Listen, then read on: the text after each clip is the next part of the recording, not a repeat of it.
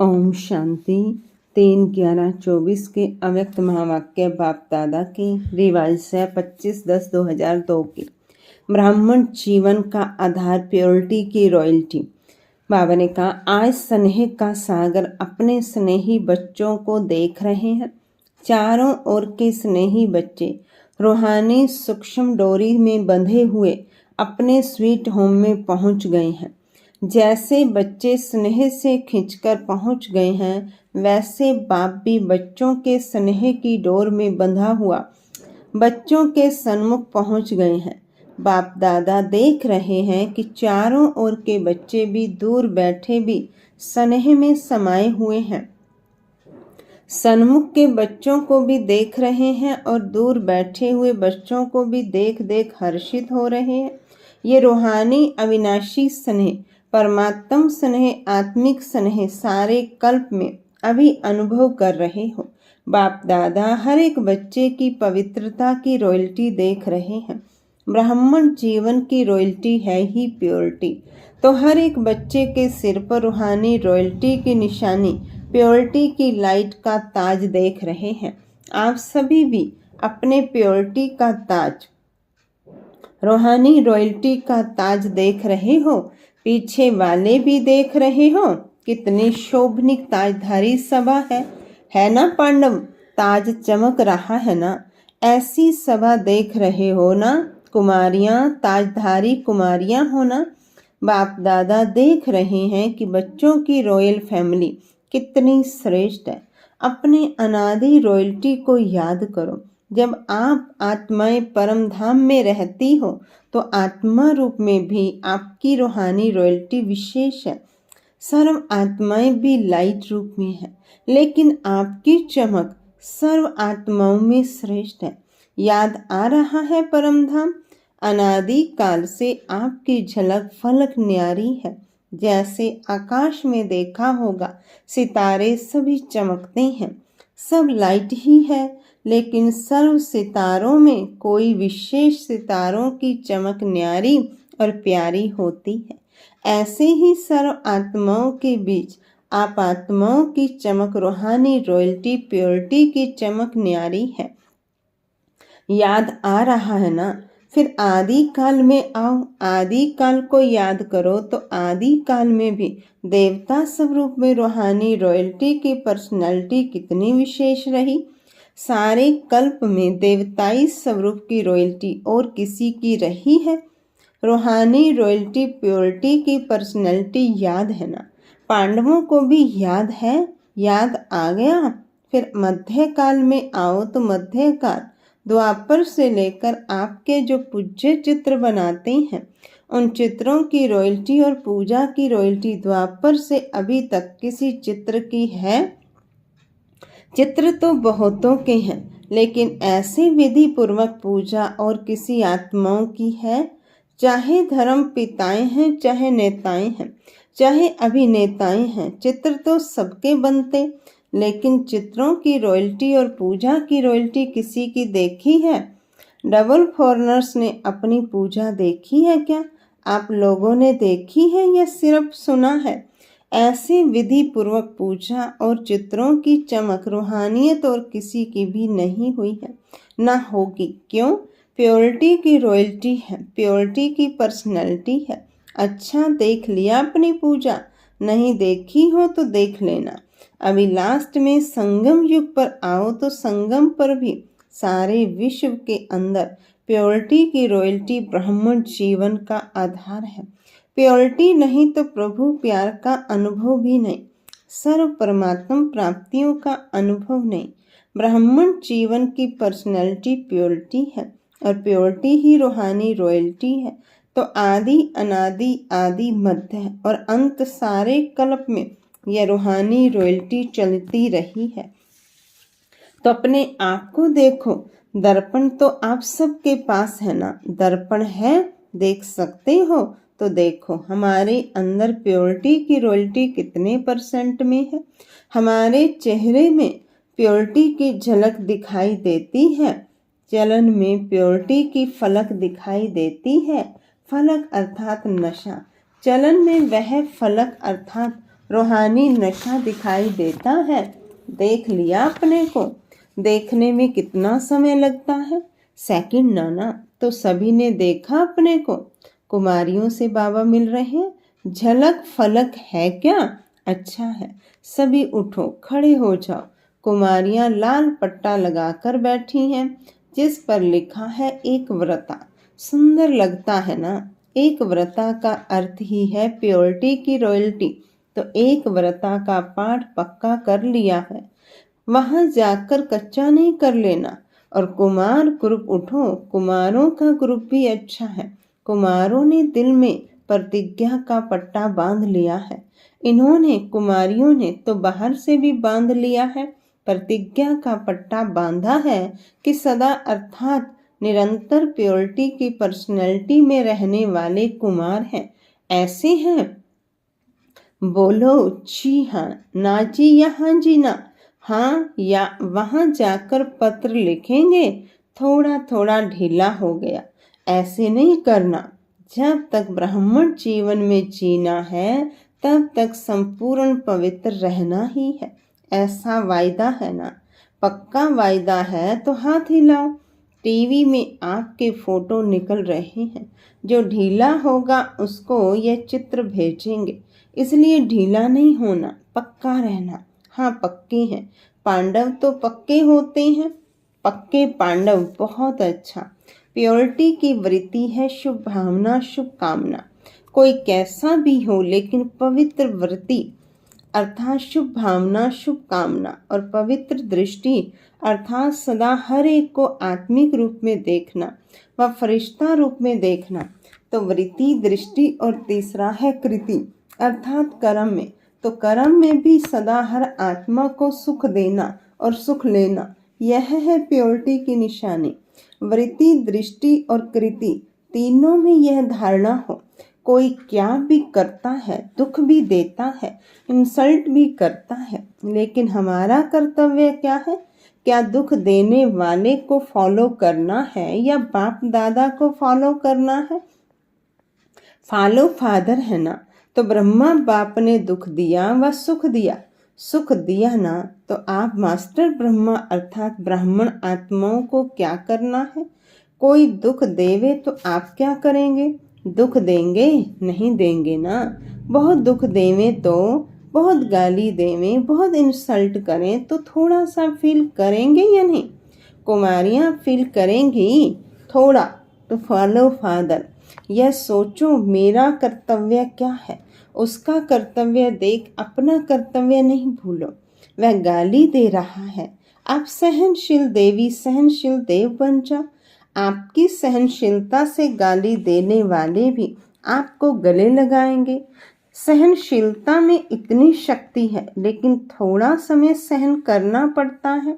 तो सहनशीलता के देव व देवियां होना, सदा यही स्मृति रखो, मैं सहनशील का देवता हूँ, मैं सहनशीलता की देवी हूँ।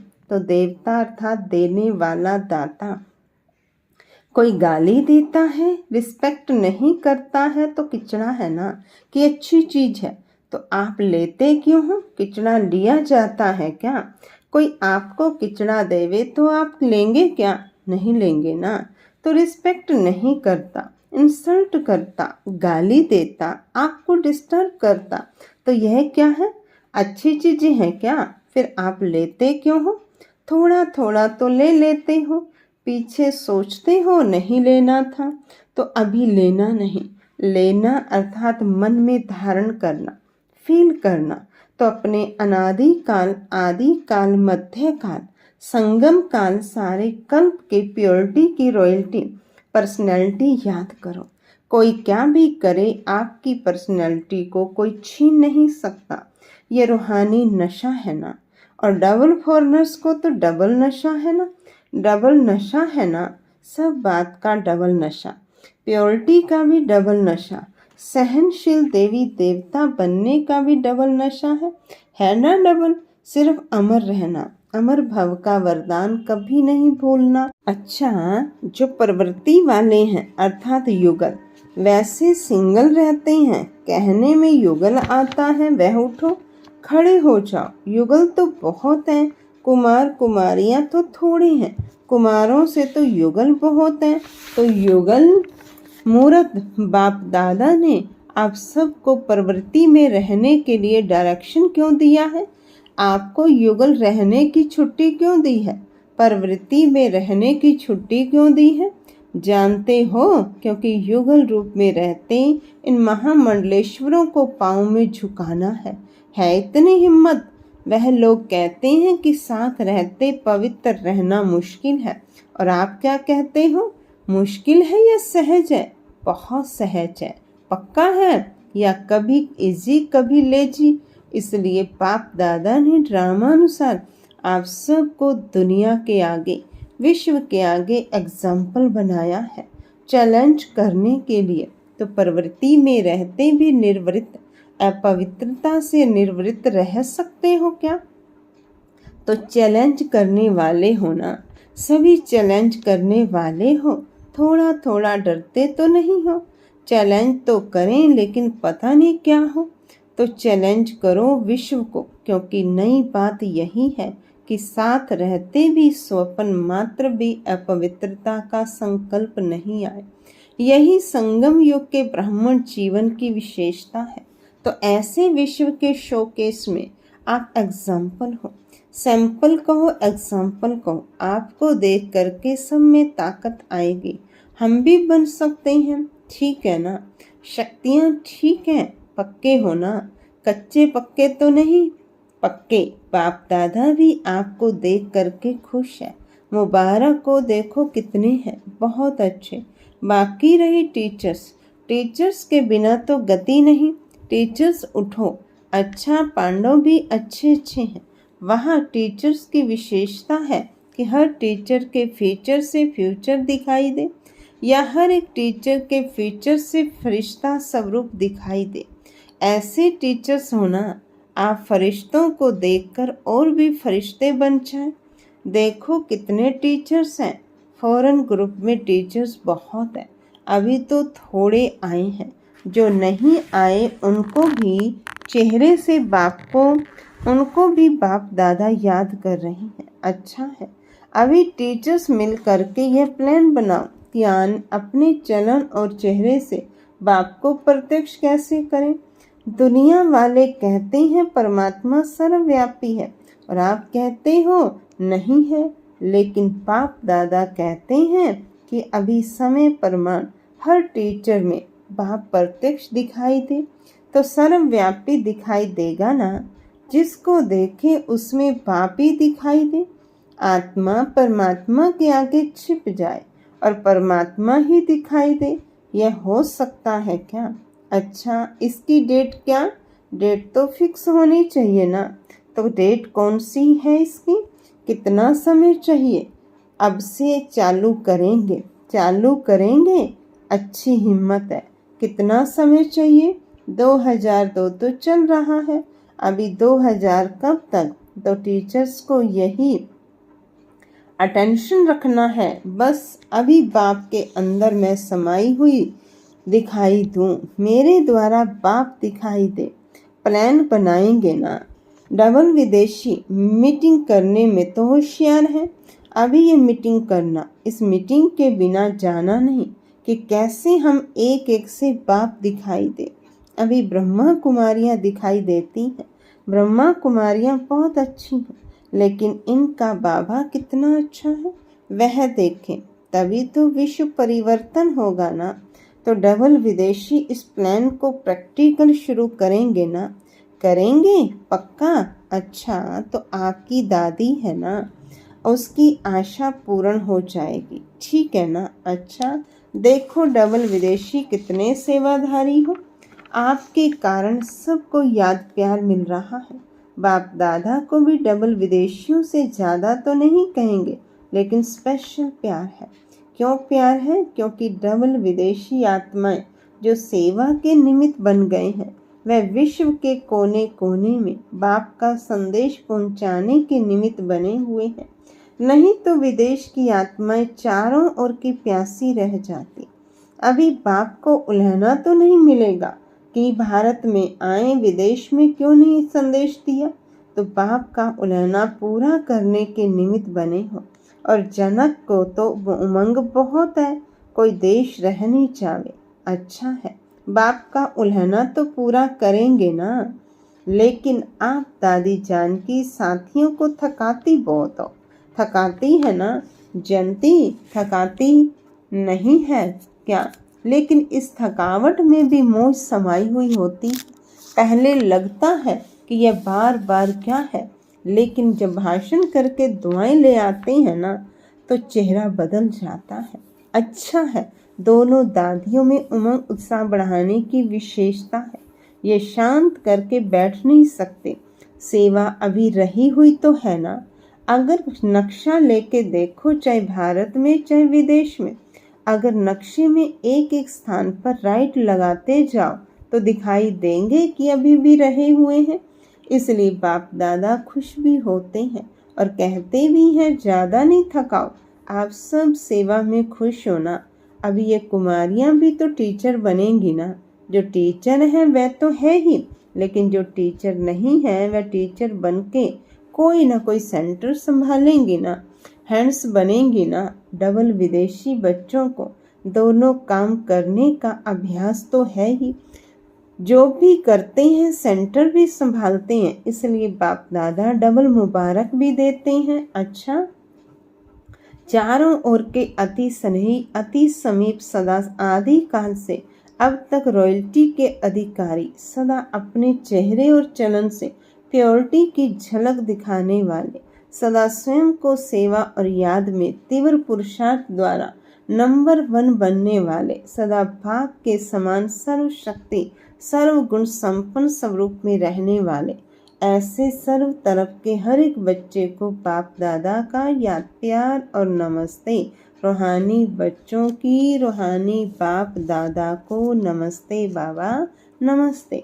विदेश की मुख्य टीचर्स बहनों से सभी ने सेवा के प्लान अच्छे अच्छे बनाए हैं ना, क्योंकि सेवा समाप्त हो तब आपका राज्य आए, तो सेवा का साधन भी आवश्यक है, लेकिन मनसा भी हो, वाचा भी हो, साथ साथ हो। सेवा और समुन्नति दोनों ही साथ हो, ऐसी सेवा सफलता को समीप लाती है। तो सेवा के निमित्त तो हो ही, और सभी अपने अपने स्थान पर सेवा तो अच्छी कर रहे हो। बाकी अभी जो काम दिया है उसका प्लान बनाओ। उसके लिए क्या क्या स्वयं में व सेवा में वृद्धि चाहिए, एडिशन चाहिए, वह प्लान बनाओ। बाकी बाप दादा सेवाधारियों को देख करके खुश तो होते ही है। सभी अच्छे सेवा केंद्र उन्नति को पा रही है ना, उन्नति है ना। अच्छा है, अच्छा हो रहा है ना, हो रहा है और होता रहेगा। अभी सिर्फ जो अलग अलग बिखरे हुए हैं उनके संगठन करके उन्हों को पक्का करो। प्रैक्टिकल सबूत कर सबके आगे दिखाओ। चाहे कोई भी सेवा कर रहे हो, भिन्न भिन्न प्लान बनाते हो, कर भी रहे हो, अच्छे चल भी रहे हैं, अभी उन सभी का ग्रुप एक सामने लाओ, जो सेवा का सबूत सारे ब्राह्मण परिवार के सामने आ जाए। ठीक है ना। बाकी सभी अच्छे हो, अच्छे ते अच्छे हो। अच्छा, ओम शांति। आज का वरदान है, 3 स्मृतियों के तिलक द्वारा श्रेष्ठ स्थिति बनाने वाले अचल अडोल भव। 3 स्मृतियों के तिलक द्वारा श्रेष्ठ स्थिति बनाने वाले अचल अडोल भव। सार है, बाप दादा ने सभी बच्चों को 3 स्मृतियों का तिलक दिया है। एक शव की स्मृति, फिर बाप की स्मृति और श्रेष्ठ कर्म के लिए ड्रामा की स्मृति। जिन्हें ये तीनों स्मृतियां सदा हैं, उनकी स्थिति भी श्रेष्ठ है। आत्मा की स्मृति के साथ बाप की स्मृति और बाप के साथ ड्रामा की स्मृति अति आवश्यक है, क्योंकि कर्म में अगर ड्रामा का ज्ञान है तो नीचे ऊपर नहीं होंगे। जो भी भिन्न भिन्न परिस्थितियां आती हैं उसमें अचल अडोल रहेंगे। स्लोगन है, दृष्टि को अलौकिक, मन को शीतल और बुद्धि को रहम दिल बनाओ। दृष्टि को अलौकिक, मन को शीतल और बुद्धि को रहम दिल बनाओ। ओम